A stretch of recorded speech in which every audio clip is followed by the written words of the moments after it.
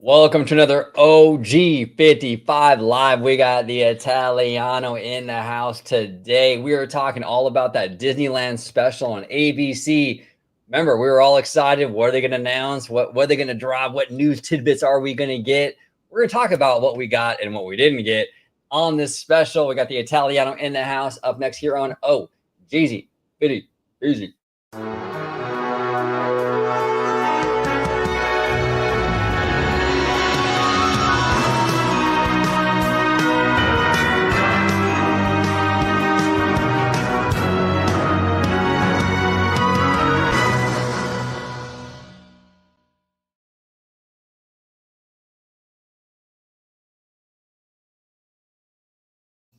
Welcome aboard, everybody, to another episode of OG55 Live. I'm joined by the Italiano, the CEO, the Chief Executive Officer of Allo Gelato, his channel over there.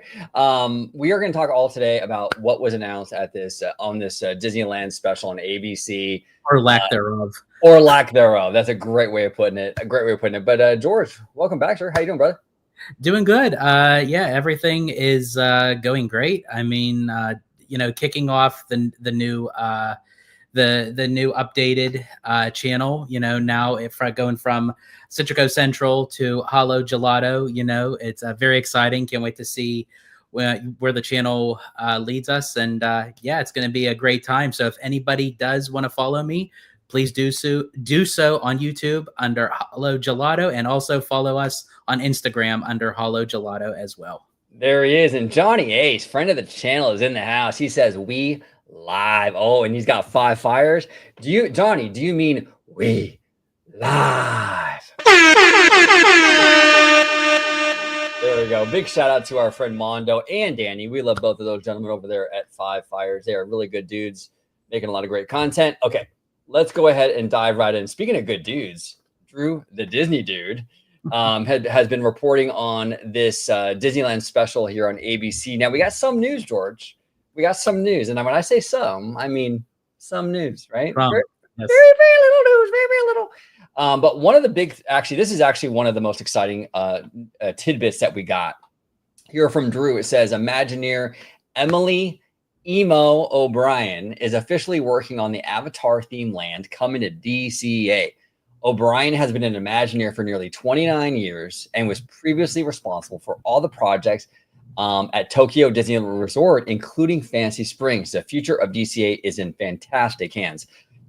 This is interesting, George, because Fantasy Springs is in my opinion. Now, I haven't been there. I mean, believe me, I wish I have been. I really want to go to Japan. George does too. But everything we've seen with the videos, pictures, what have you, it looks really breathtaking. We did have our friend Kiki and Luca here on the channel who did go to it, and he raved about it. He said it was fantastic. But the fact that she was on that project and now she's working on Pandora here at DCA, I think that, look, George and I and our community, we've all have stated many times that we are concerned about how they're going to fit this land into DCA in terms of like the transitioning and in terms of like the theme itself, right? Alien planet in a park about California, kind of weird. How are they going to handle that? But I have no doubt with Emily involved, though, that the land itself, regardless of the transitioning, regardless of any kind of theme inconsistencies, I have no doubt Emily's going to hit a home run based on what she's done in Tokyo. Now, here's the only caveat to that. She's obviously capable. She's obviously a very creative, brilliant woman. Hopefully Burbank doesn't get involved and meddle in this process. She has the chops to do a great job. Daddy Josh, Josh Giamaro, Bob Iger, all the suits that be who are involved, please just let her do her thing and give her the proper budget to do so. That's where I stand on it. George, what say you? Yeah, that's the big concern, I think, out of all this. I mean, again, kudos to her, congratulate on her for all her amazing work that she's done in Tokyo. But that's just the thing.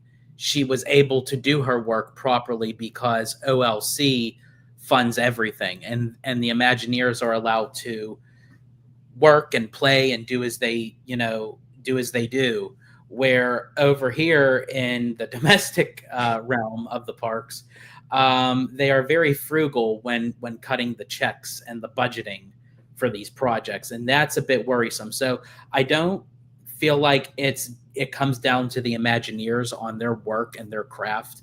I feel like it's more so the bigger executives on granting how much a project is going to be given to them to work on. And again, there's no price value for OLC when it comes to their parks. And that's why you get something like Fantasy Springs. Now, are we going to get Fantasy Springs? Unfortunately, probably not, because there's no way in hell that they're going to approve that budget for the domestic parks. As much as I would love it to be, and I don't mean to be a negative Nancy, it just, the fact is the fact. Yeah, it's interesting too because for me, I'm really excited about this particular move just because I feel like with Fantasy Springs, yeah, you're probably right. We probably won't ever get that land exactly. But one of the standouts for Fantasy Springs in Tokyo, for me personally, is the rock work. The way the rock work was set up, where it's the characters, but it's very subtle, right? It's kind of like, yeah, you can see Elsa, you can see Anna in the rock work, but it still feels like a natural kind of organic, like cliffside or what have you. I think that's important because Emily was part of that project. And here's the thing, Pandora is gonna utilize rock work in a big way. So I'm really encouraged by the fact that she's, on this project based on how great the rock work for Fantasy Springs turned out. So I think it's gonna be great. Now, Giant Peter here says, "Oh, gee, don't mention budgets. I'm right next to Imagineering in Glendale right now." Yeah, Peter, hide your phone. I don't want to lose my special access, bro. You know what I'm saying? I don't want Disney to see that. No. See, Peter, now this is where OG and I differentiate. I say you walk your happy trail ass in there and go to Imagineering and tell them to tell the big wigs up in Burbank, WTF, like, let's get the getting, YOLO, let's go. Yeah, no, I just got the notification that Hollow Gelato has been shut down. Wonder why. Just kidding. I'm just kidding. Peter here continues with Fantasy Springs is the most expensive expansion in theme park history. I didn't know that, but that's another reason why it's not coming to the States, 100%. So, okay, so let's continue. So that was, okay, look, in terms of announcements, this was fantastic. I love this announcement. Okay.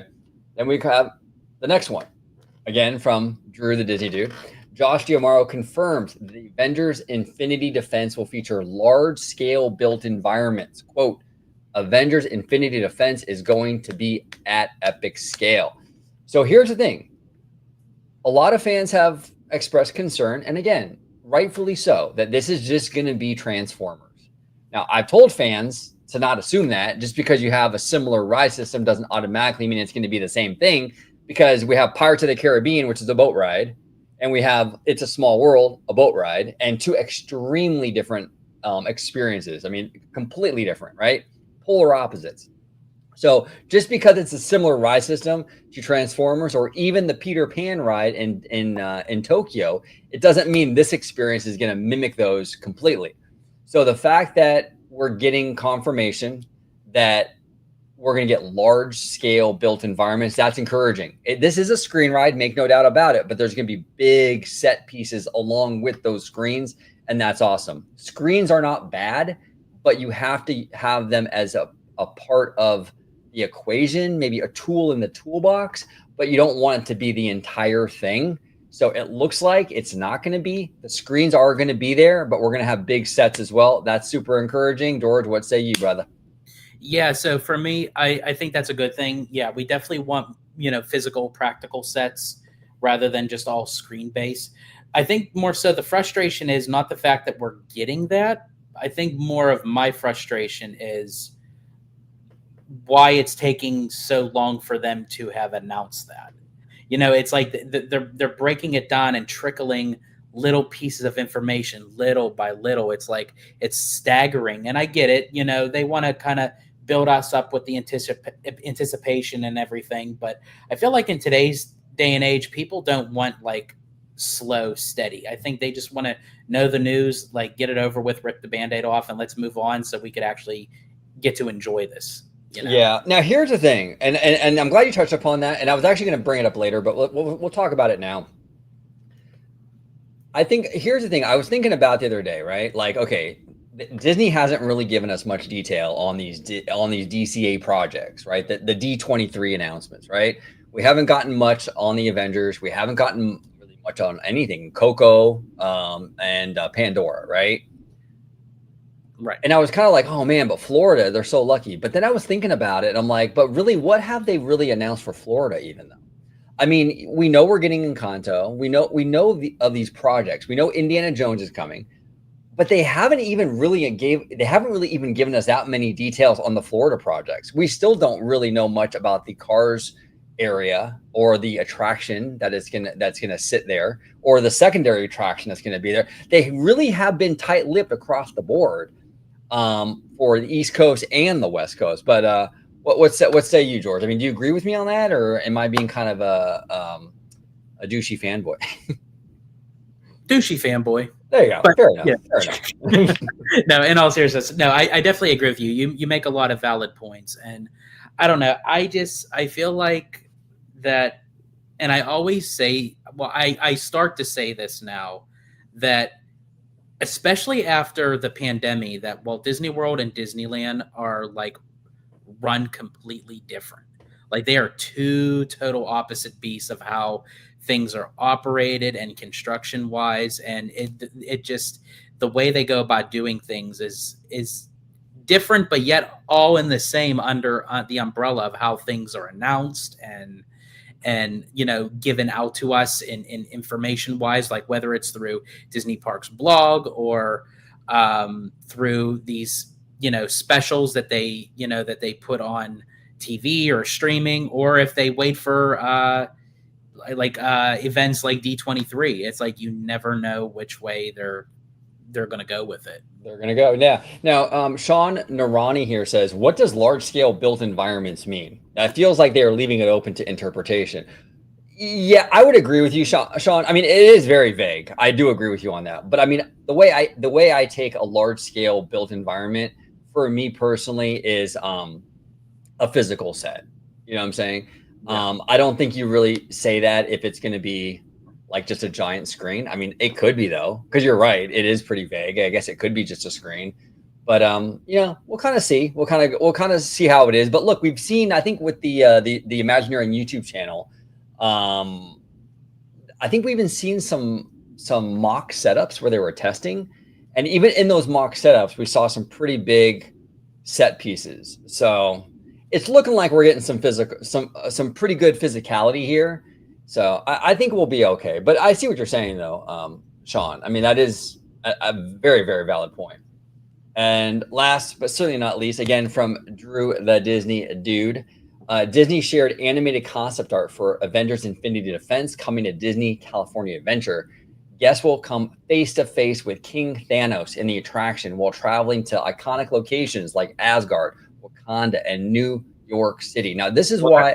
Well, there's stuff that we'd never heard before. There we go. But here's the thing, though. This is interesting for me, George, because we're going to all these iconic locations. Now, there are screens involved in this attraction.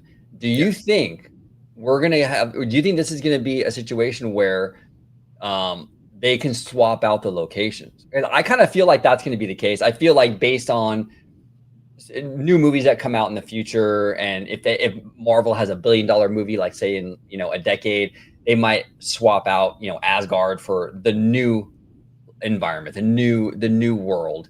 I feel like that's something that like Marvel would want to do, because when we look at Marvel in terms of Avengers Campus, we kind of have that already with Mission Breakout. We have a Halloween version of it where it swaps out, right? But even with the character meet and greets, I mean, when they were doing all those Disney Plus shows like Loki and all those, and WandaVision, I mean, they were utilizing the land in promoting those, right? Like we would get like pretty much every week a Loki in a different outfit. Okay, this guy was like, every week they were promoting it like that. So I feel like there is kind of a mission statement when it comes to Avengers Campus, that they want to keep things fresh and change and have that swappability, so to speak. So I wouldn't be surprised. Now, these are the three areas we're going to start with. I wouldn't be surprised though if down the road they swap out locations. I mean, we've even seen it with Star Wars, with Star Tours, and now Smuggler's Run with the Mando and Grogu missions. I think this is going to be a ride like that, where we're going to see it change over time, and the locations will be different. But what do you think, George? Do you think that's a possibility or not? I can see it going either way. I think it depends on how they integrate the actual set pieces. That maybe if it's not necessarily something that's physical that you would say, oh, that's Asgard, that's Wakanda. You know, I feel like, I mean, they still can swap things up, but I think if it's physical sets, that might take a lot of time for them to do so. So I think if they have physical sets where they're kind of neutral in the sense where you can basically make them into anything, then I can see them going down that route. Also, too, I wouldn't even just say the locations. I would even say maybe some of the antagonists, because right now we're getting King Thanos, but moving down the line, that might change to Doom.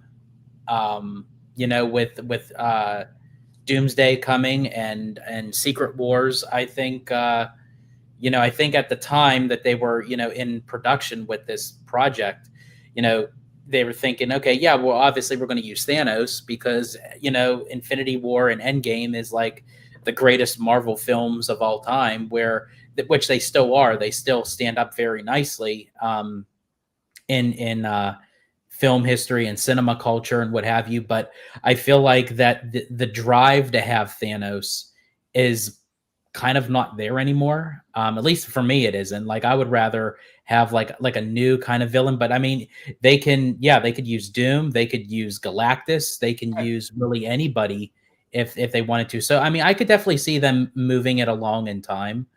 But here's the thing too, right? I'm going to play devil's advocate a little bit here.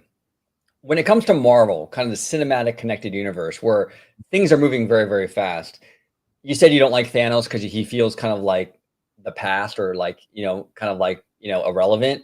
But do you kind of feel like that would be the case with any big villain? Because I mean, obviously the theme parks are going to take longer to build. So no matter what villain you put there, it's always going to be behind the movies. I think that's why they picked RDJ for Doom, because I think people can relate to him more because he was basically the face of Marvel. Even though he's not playing the same character, but I think there's more relevance to him of how he could portray the characters, where I feel like Thanos isn't that memorable in that sense. I feel like RDJ could possibly bring something to Doom that people would want for them to keep him around, even after the films. There we go. Well said. Starship, friend of the channel. Welcome back, Starship. Good to see you. On another note, they directly referenced the way they did the rock work in Tokyo Disney Sea for how they're designing Piston Peak, which is very encouraging. Very, very encouraging. I'm telling you, that rock work for Fancy Springs is like chef's kiss, baby. You know what I'm saying? So if that's what they're comparing it to, I mean, that's really, really encouraging, Starship. I agree with you. And then he also brings up another great point here. And this is absolutely correct, but he says, I think Bruce Vaughn said recently they didn't want to give as many details in advance because of people getting mentally married and disappointed by concept art. We've talked about this so much, Starship, on the channel. And, fans they get mentally married to the concept art. And then what happens is, because look, Disney has an obligation to deliver announcements to their fans, especially now with the D23s and the Destination Ds and all that stuff, right? They have to announce stuff, right? But whenever you announce stuff, what happens? Well, you probably release concept art. But the problem is that when you're announcing stuff 3, 4, 5 years in advance, that creative process is going to happen and play out, and you're going to have changes inevitably along the way. Well, what happens when you have a really, really dedicated, passionate fan base is they get disappointed when you show a piece of artwork and it's not exactly the way it was shown in the art. Now, here's the thing. Universal doesn't have to worry about that because Universal doesn't have Universal Con, And so what happens is Universal will start to build the damn thing. And then 6 months into building it, they'll drop concept art. So of course, Universal's concept art is always more accurate because they're dropping concept art when the dang thing's already built. They got blueprints for what Universal is announcing. You know, what say you, George? Yeah, I think honestly, where Bruce Vaughn stands with all this, I think it might, be in the best interest of the parks division to go this route. I know fans may not be used to that yet. I think it's definitely going to be a transitional period because people are just so used to doing what Disney does. And even though that they get disappointed with it, they love that feature about Disney.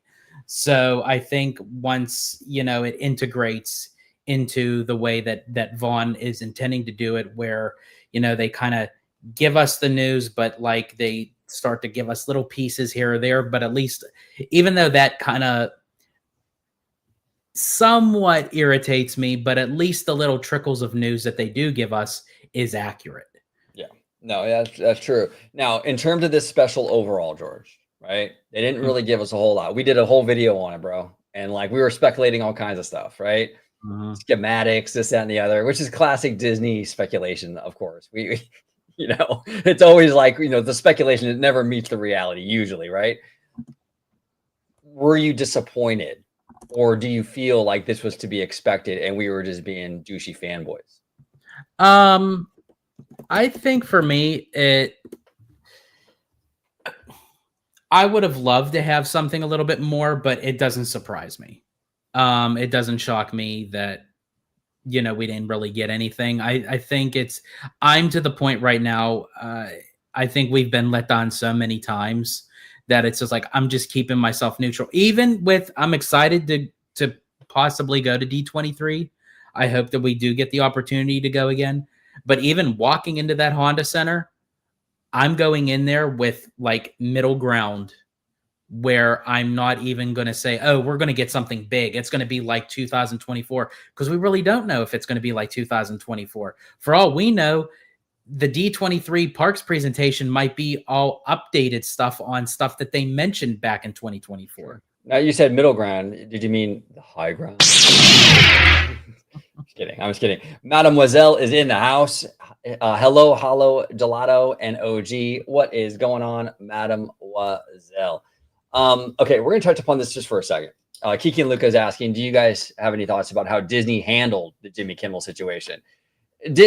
Hot mess, in short. Okay, I mean, it was they've really managed to make everybody mad at this point. And then they come in there, and then they're saying, yeah, on top of that, we're going to raise the price of Disney Plus. Disney, read the room, bro. I mean, you have literally people boycotting Disney Plus. Okay, like, and then now is the time you're gonna drop it. You're gonna drop the news of a Disney Plus price increase. I don't know. In my opinion, I think it's been handled very poorly on Disney's end. But I don't know. But at the end of the day, doesn't that go back to, again, PR? Right. Like, I just don't understand. I feel like if there's anyone that needs to have like a company reset, it definitely has to be Disney's PR team. Because I'm sorry, but it's just what it is. It's like you have to pick a time and a place of when to make things, announced for this and that. And it's like, I don't know why that they pick like the wrong time to like how they handle things. I don't know who makes that finalization, but they need to work on that. They do, and I feel like it's time that we get that new CEO in there. I think our girlfriend Jay Shear actually brought this up to us, and I think he's absolutely right. I think Bob Iger is in legacy mode where he's trying to kind of solidify his legacy, but that doesn't always align with what Disney as a company needs. So you get a lot of this. Just a lot of not great decisions, being made. So it's a whole thing. But Dragon Blood here says Avengers Infinity Defense. I'm looking forward to that attraction a ton. And Pandora, Villains Land, and everything else, of course. D23 next year should tell us more, especially for Pandora. Yeah, they better give us some Pandora news, because I mean, we haven't gotten anything really. I mean, the Emily O'Brien news is fantastic. I love that, right? But I really want to see a D23. You're right, Dragon Blood. We got to know a lot more about this attraction, this Shanghai Pirate style attraction. I want to know how it's actually going to fit into this park. I think that matters a lot, Disney. If anyone from Disney is watching this by any chance, how it fits into DCA theme wise and even physically, I think a lot of fans are interested in that. Now, you don't do that on ABC because ABC's for the normies. I get that. But at D23, that's not for the normies. That's for the diehards. That's for the sweaty nerds like us. And the sweaty nerds like us want to know how this is going to fit into that park. So they got to come. They got to come with it, Dragon Blood and Villains Land too. This is a real concern too, because Villains Land is one of those things where you got to be spooky. You got to have like a really kind of spooky, creepy Villains Land. You can't go, as George says, sugarcoating this thing. And you got to, I don't want this to be like Descendants Land where it has like that childish vibe to it. I want it to feel like Darkmoor over at Epic Universe. But what say you, George? I said it before and I'll say it again. Yeah, no sugarcoating, cookie cutter, Candy Crush. As I said, I want to walk into Villains Land and I want to see ass, blood, and guts everywhere. Like that's what I want. Like I want true Kroll, nitty gritty, like downright dirty villains. Like that's what I miss even in the films. Like I don't want to see someone get defeated by singing. No, I want to see like an epic battle. Like I want to see fighting. I want to see like go like Mike Tyson and like someone like bite someone's ear off or something. Like come on, like let's. Oh, dude, I forgot about that, man. That was a long ass time ago. You're aging yourself, George. That was a while ago, bro. That was a while ago. But in all seriousness, I feel like that. Yeah, I definitely agree with Dragon Blood. I feel like I think it's going to be a lot more updated stuff, which is good. I'm not saying that's a bad thing. I think that is good because we definitely need the news. And speaking of D23, I was doing a little bit of research today because I started noticing, as I mentioned before, when I was covering the Destination D23 stuff, that there's a pattern of how Disney is doing it this year as how they did it like in 2023 for 2024. For Destination D23 2023, that's when they announced the D23 Ultimate Fan Event for 2024. That's what they did for this year, for next year. So I kind of went back to see when tickets went on sale for D23 of 2024, and it was March 26 of 2024. So if the pattern still stays, I'm assuming it's probably going to be around March or April when they drop the ticket, the ticket prices and the ticket dates for when they go on sale. So I wanted to throw that out as well. Awesome. Dragon Blood here says the concept art in your thumbnail, OG. Now, mind you, this is a multi-channel stream. So for those watching maybe on Holo Gelato, on my channel, you'll see the thumbnails. The Ant-Man concept art, for Infinity Defense with the shards of glass and all that stuff being used because you can see Ant-Man crashing into the building we are in, but the window shards, that's a hint. Okay, so he's saying there might be water effects, and I do believe that the window shards and all that's definitely like a 3D element because this is a 3D attraction. But yeah, I don't know. I think they should just use real glass. Yeah, real glass. There you go. And Giant Peter here says a Descendants Land would be awesome, and Dragon Blood agrees. Man, there's a lot of Descendants fans here. Hey, look, it's definitely not my demographic, right? But I mean, I'd be foolish to say that franchise is not popular. It's extremely popular. I just don't know though, guys. Dragon Blood and Peter, I don't know though if that's the right move though for Villains Land though. Like maybe its own thing would be cool, but that vibe I don't think works for Villains Land. I don't know. I know George, you'd be pissed if that happened. Huh? Oh yeah. I think Descendants, like I'm not a huge fan of it, but I mean I like the creativity behind it. But no, for like a whole land dedicated for Descendants, no. Yeah, and we got our good friend Sean in the house from Walt's Apartment Productions. What's up, fellas? What's going on, Walt's Apartment? I'm actually going to have Sean of Walt's Apartment on this channel on by the end of the month. End of the month, he'll be on here. So make sure you tune in for that. So George, overall though, I mean, yeah, this ABC special was definitely for the normies, right? We probably shouldn't have gotten our hopes up too much, which, I don't know. I don't really care. I mean, that's part of being a fan. It's just that makes it fun, the speculation and all that. I It's what will we do. say, I will say this though, as we speak, I believe Jared Bush is flying back home from a business trip, and while he actually posted on his social media that while he's flying home, he's going to be working on the script and dialogue for the Encanto attraction going into Animal Kingdom. So he's working closely with the Imagineers on that particular project. So that's going to be very interesting. And he was saying that the Imagineers are cooking up something really cool for that attraction. So Yeah, I'm expecting for that one. I'm expecting kind of like a Mystic Manor in Hong Kong, like a trackless vehicle going through the house, and all this magic happens and interacts with you. That's what I'm expecting. We'll see. It might be totally different than that, but is that kind of where your headspace is at, Italiano? yeah, absolutely. Yeah, I think honestly, and I would love to see kind of like a Mystic Manor kind of ride system. I think that would work really well with Encanto. Yeah, I do too. I do too. But we haven't heard much though. It's been kind of like, Disney has definitely like Starship was saying, they're definitely taking a new approach with how they kind of give us details on these projects, because I think they've been burned before by the fandom, with making announcements or promising stuff and then having to change that stuff. And here, it's not just current Disney. I said this on George's channel. It's not just current Disney. If you guys remember the Disney decade, do you remember everything that Michael Eisner in that whole era, what they announced and what didn't happen? The Dick Tracy ride, the Baby Herman baby bumper buggy thing, Westcott. You heard me, George. Westcott.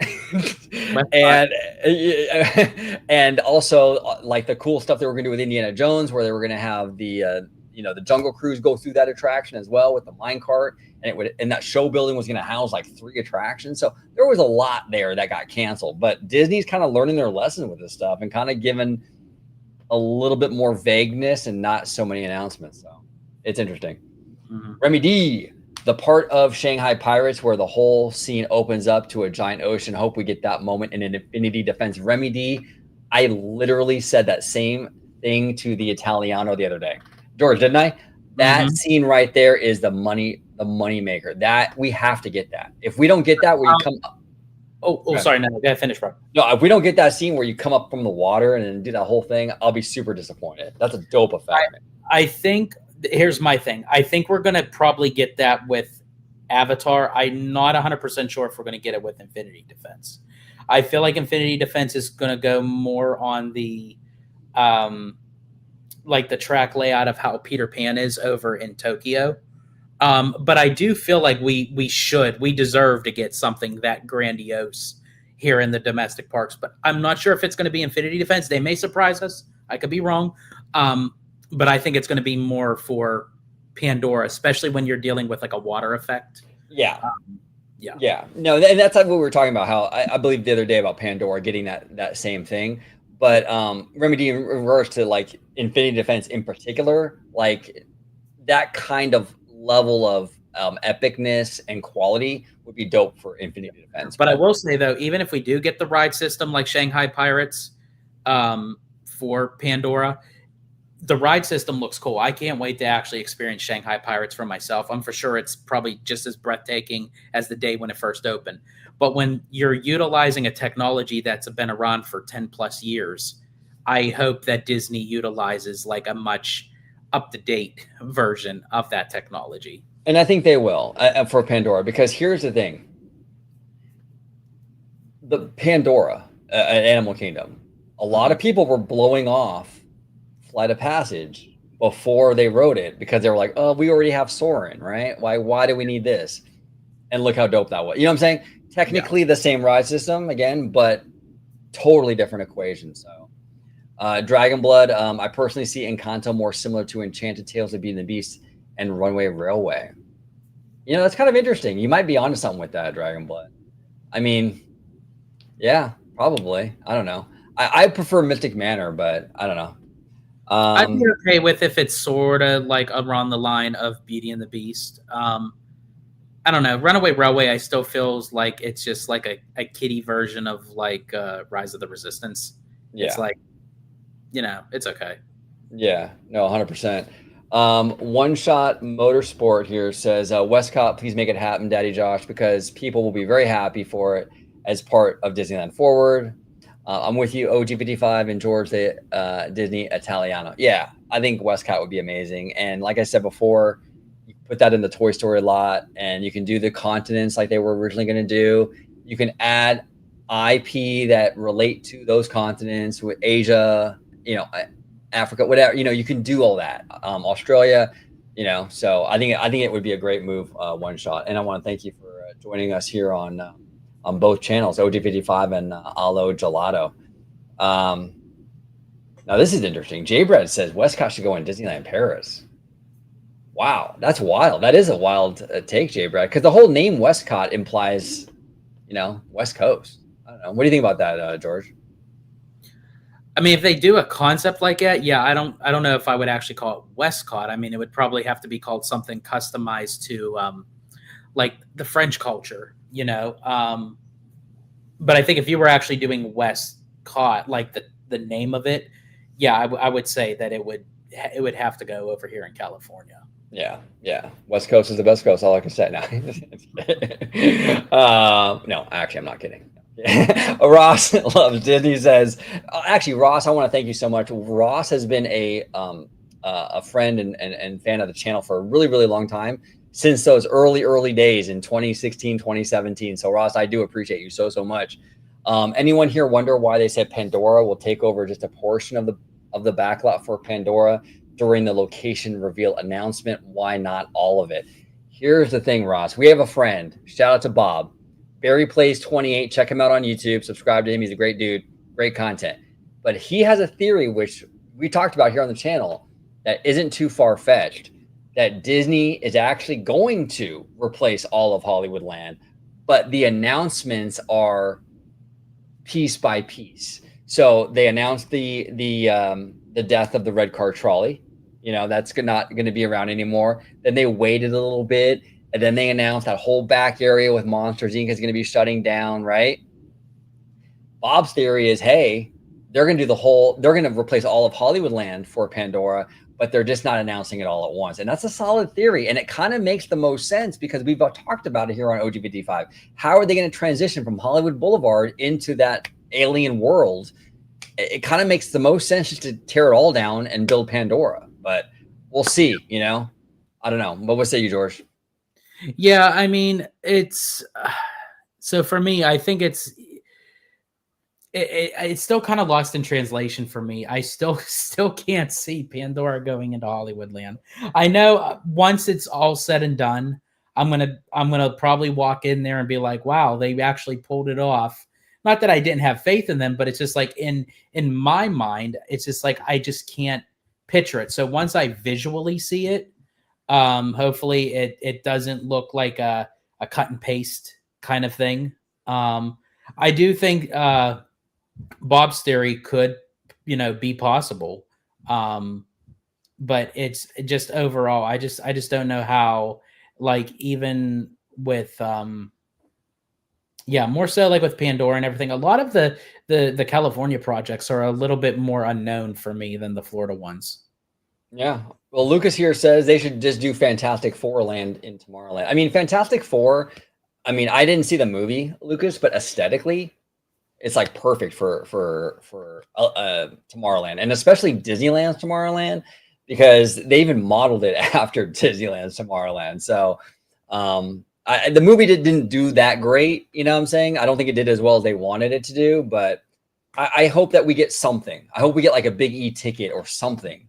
I think it'd be a great addition to the to the park. And Pandora, Mischief Dragon here says West Coast. You know what? Hi, Monster Hunter beat ho.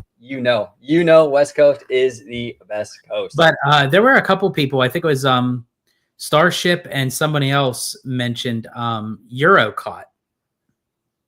Right, but the problem with Eurocot is they didn't like that name. There's a reason why it's not Euro Disney. When you use Euro, Okay. There's a reason why they don't do Euro Disney anymore, and they changed it to Disneyland Paris. That was in that part of the world they found that offensive, or they didn't like it. So Well, yeah, then they can call it croissant cot. yeah, yeah. And Sean Narani here says, would Westcott still work today? I would like the third park to have its own separate theme from the other parks. I think Westcott would work. I mean, like I said, you do the continents or even just various countries, and you can insert the IP that correlates with those countries. I think it'd be great. And honestly, out here in California, we have a much bigger locals fan base. So I mean, like the Magic key holders are going to eat that up, like with the drink around the world and all that stuff. I think it'd be huge, Sean. I don't know. For me personally, and Starship said he's joking about Eurocast, so no worries, brother. No worries. But Ben Sakuda was saying it's like calling a park dollar Disney. I mean, it wouldn't be that far off compared to like how much that they made the decisions to up Disney Plus and everything. So, I mean, it kind of ties in. Yeah, no, absolutely.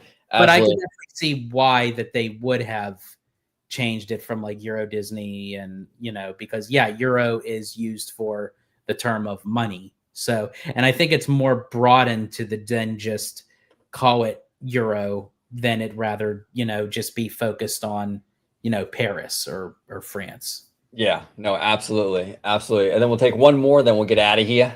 Remy D here says, if they do another Epcot type park, I would assume we want new countries not represented in Florida.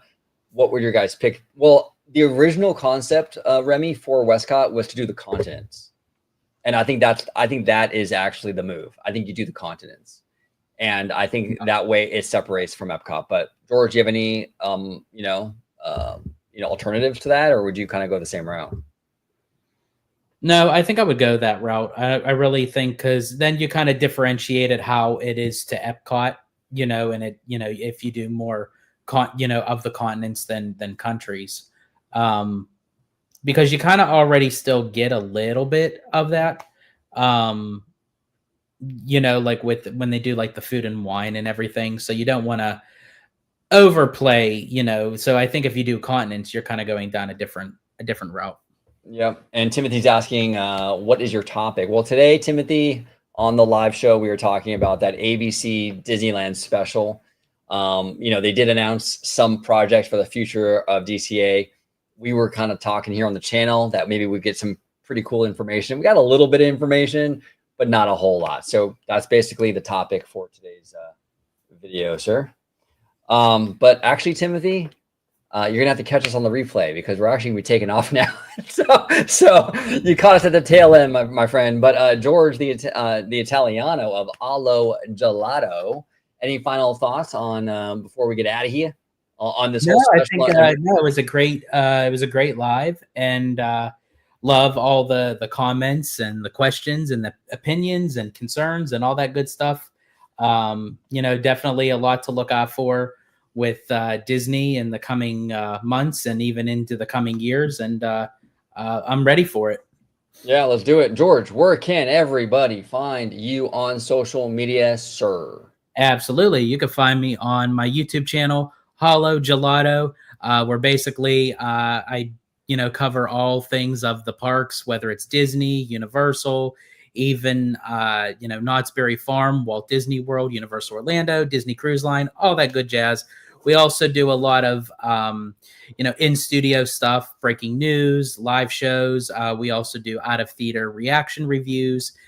So definitely go over to Hollow Gelato and check us out. And you can also find us on Instagram as well under Hollow Gelato as well. Perfect. Before we get out of here, before we skedaddle, I have some stuff I want to share with everybody. This is CTM Apparel, a good friend of ours, Jared from Capture the Magic, who actually, George and I, after we do this live, we're going to be jumping on a video with Jared to talk about the Mando and Grogu trailer. So look for that very soon on OG55. But CTM Apparel, great nerdy shirts. If you're into nerdy t-shirts, and who isn't, right? Just go ahead and use promo code OG55 for 10% off. He's got some great stuff here, and you support a friend of the channel. Also, I wanted to bring up the one and only, the lovely Miss Mimi Fan. She does the outro for us here on OG55, and check her out on Instagram. She goes to a lot of great places, Korean barbecue places, boba places. And if you're in the LA or OC area, check her out, and she will definitely lead you in the right direction in terms of where to go for all the cool spots. This looks like some spicy food, which I'm all about the spice. But anyway, check her out on Instagram. You can also check her out on YouTube. She's got a new YouTube channel that's awesome, and all that will be in the description down below. And George, I want to thank you for joining, sir. I want to thank you for joining, and I want to thank everybody for joining. And until the next time, everybody, see you later. Alligator. Here we go. Thank you so much for watching OG55. Don't forget to smash that like button, subscribe, and become a member today.